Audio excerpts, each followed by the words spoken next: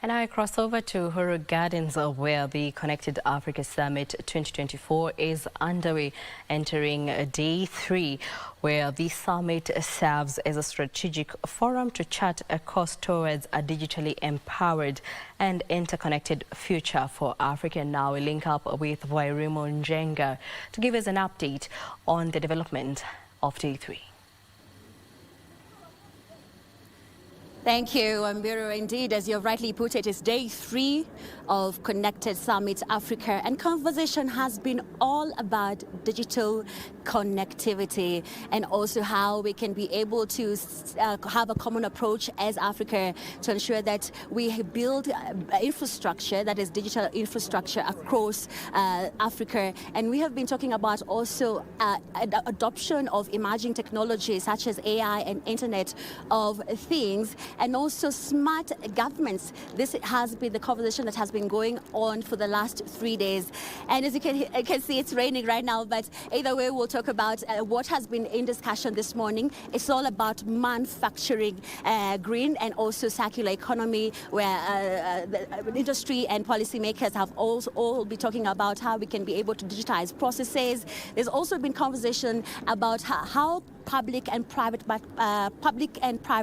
can be able to partner and have a collaborative approach to ensure that we are digitally connected across Africa. And to give you statistics about what the World Bank said in terms of the billions of shillings that we need as Africa to be digitally connected, they talked about 86 billion shilling, or rather $1 billion rather, needed to power digital connectivity across Africa. And they talked about connecting in the next 5 years 200 million internet users and bring on board, or rather produce 100 million digital IDs. This is a project for the World Bank, and this project cannot be done alone, of course. This has to be done in collaborative with the government and also the private sector, as they need the necessary investment to ensure that we are digitally connected. And this afternoon, the conversation also has been how we can manage e-waste. And I'll bring in my colleague, Trevor, to talk about management of e-waste and how companies are coming on board to ensure that we manage e-waste. There was a figure of 14 billion of electronic waste that is being produced in Africa. How do we manage this waste? And he will be telling us the conversation he had earlier on with one of the company that is set up here in the country. Trevor, if you can join me. You tell us what is this information about e-waste that Kenyans need to know out there?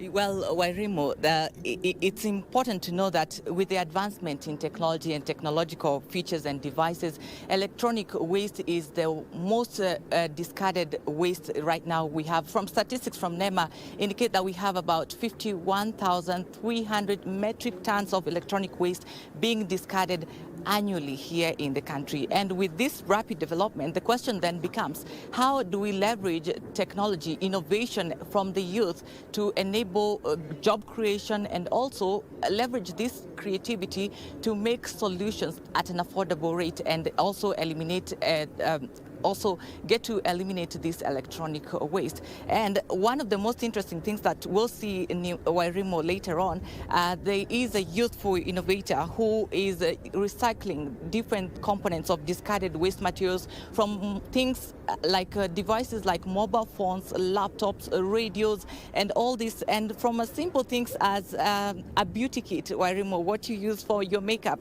A beauty kit can be transformed to become a power bank.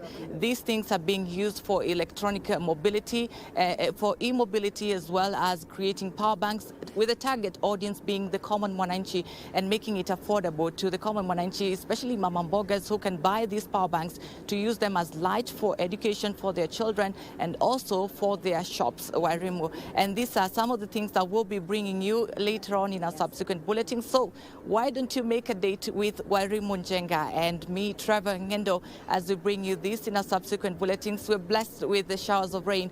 For now, we want to hand it over back to you, Jackie Wambiru.